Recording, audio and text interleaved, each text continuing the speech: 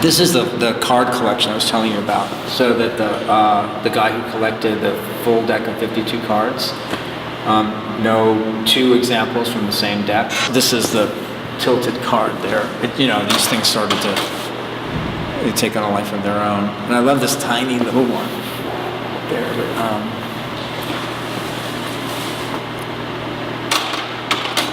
And this is a case where somebody collected crucifixes, and on a wall at their home that was painted exactly that color. So we matched the color and trying to sort of reproduce the context. Kind of a violent. Yeah. A little bit of that color went a long way. This is a funny collection. A woman, another passive collection, who had a very strange name, Alberger. Not that strange, but these were every variation of misspelling of her name. This is a bug collection put together by one of the students at the school. And I just, she was from Ohio, she knew about the show, she was working as a work-study student in the gallery, and I just loved that. Not only did she have this box, but she displayed the bugs like that. Not like, a kind of taxonomy, like a grid, but she set up a kind of scenario for them. So there's a narrative or some sort of, story to be told there. Oh, this was interesting. This is a collection of egg darners. Do you know what these are? This is basically used to insert into a sock to help repair a sock. I mean, who knew that these objects even existed, let alone that people collected them?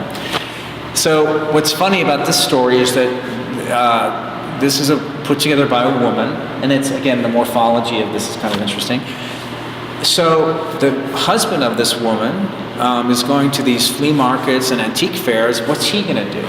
He's not interested in egg darners, so he decides that he's going to collect something and comes up with collecting corkscrews, which is so male in a way. And this is exactly his display. This is how he presented them.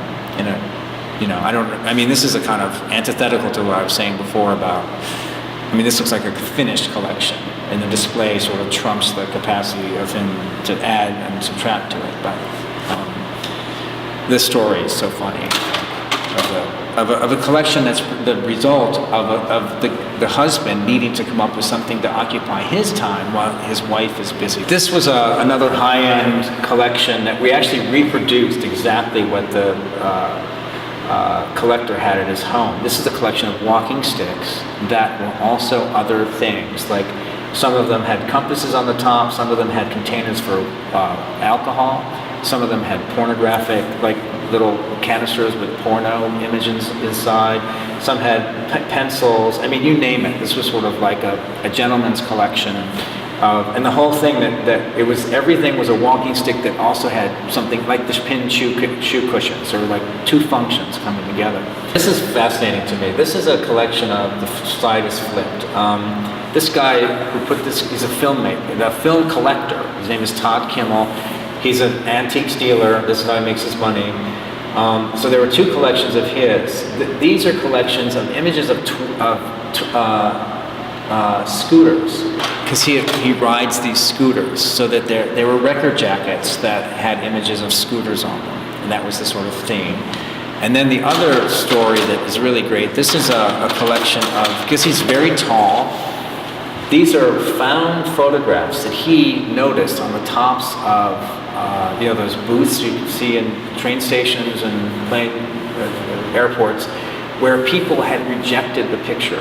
They didn't like the picture, and the way he told it is that because he was so tall, he could actually see that this was the quickest way to get rid of the picture, because people, at the moment of seeing a new picture of themselves, the idea of throwing away the picture was probably not something that most people wanted to do. So it was this sort of quick way to sort of just put something into limbo,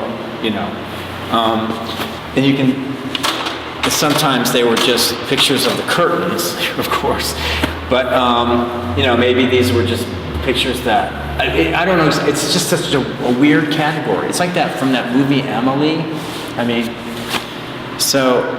And the weird things coming together, his height, and it's, in a way, they see, it's an extraordinary thing.